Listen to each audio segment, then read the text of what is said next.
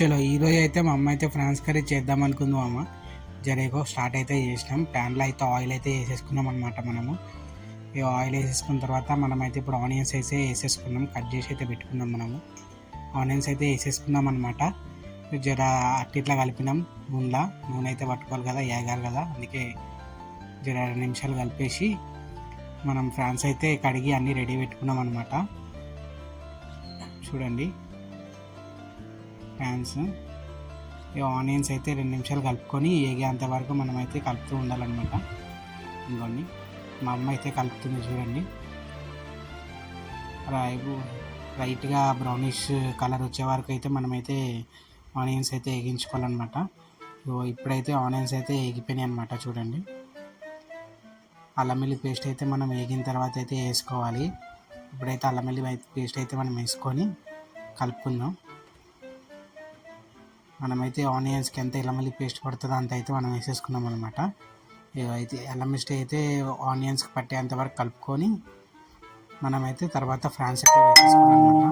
అయితే ఫ్రాన్స్ అయితే వేసుకున్నాము. మనమైతే 1.5 kg అయితే ఫ్రాన్స్ అయితే తీసుకున్నాం అనమాట. దానికి తగ్గట్టు అయితే మనం ఆనియన్స్ కట్ చేసుకొని పెట్టుకొని వేగించాము. ఇప్పుడు మనము ఫ్రాన్స్ వేసేసుకున్న తర్వాత ఏదైతే ఆనియన్స్కి అల్లం వెల్లుల్లి పేస్ట్ అయితే మనం వేసినామో అదంతా అయితే ఫ్రాన్స్కి అయితే పట్టాలి. తర్వాత సాల్ట్ వేసుకొని అయితే మనమైతే కాసేపు ఉడికించాలన్నమాట. ఏదైతే ఆ హై ఫ్లేమ్ మంట మీద 2 నిమిషాలు ఉడికించిన తర్వాత వాటర్ అయితే మనకు పైకి వస్తుంది అనమాట. ఫ్రాన్స్లో ఉన్న వాటరే. అయితే ఉప్పు అయితే వేసాం కదా, కలుపుకొని ఒక 2 minutes వెయిట్ చేస్తే మనకి వాటర్ అంతా పైకి వస్తుంది అనమాట. ఇట్లయితే మా మమ్మీ అయితే కలిపేస్తుంది చూడండి. మొత్తం ఏదైతే ఆనియన్ అల్లం వెల్లుల్లి పేస్ట్ పట్టే వరకు మంచిగా కలుపుకొని జర వాటర్ వచ్చిన తర్వాత మళ్ళీ పసుపు కారం అయితే వేసేసుకొని కలిపేసుకోవాలన్నమాట. మనమైతే పసుపు అయితే వేసేసుకున్నాం. ఇంకో కారం కూడా వేసేసుకుంటున్నాం.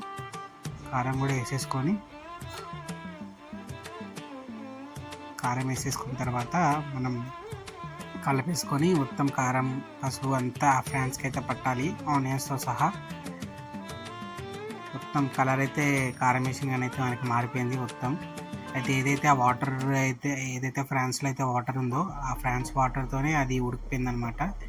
అలా తింటే ఇంకా చాలా టేస్ట్గా ఉంటుంది. మనమైతే పసుపు కారం అయితే వేసేసుకున్నాం కదా, 2 నిమిషాలు హై ఫ్లేమ్లో పెట్టుకొని మనమైతే ఉడికించుకుంటున్నాం. లాస్ట్ 2 minutesలో అయితే మనం మసాలా వేసేసుకున్నామంట. మన ఇంట్లో మసాలా ఇది మొత్తం ధనియాలతో జీలకర్రతో చేసినది మసాలా వేసేసుకున్నాం. జర 2 నిమిషాలు కలిపేసేసి కొత్తిమీర అయితే వేసేద్దాం లాస్ట్ మినిట్లో. మా మమ్మీ అయితే కలిపేస్తుంది అనమాట. మసాలా కూడా మొత్తం ఫ్రాన్స్కి గ్రేవీకి అంత మంచిగా బట్టి 2 నిమిషాలు హై ఫ్లేమ్లో ఉడికిన తర్వాత మనమైతే కొత్తిమీర అయితే వేసేసుకుంటాం అనమాట. మా అమ్మ అయితే మంచిగా ఫ్రాన్స్కి పట్టేట కలుపుతుంది.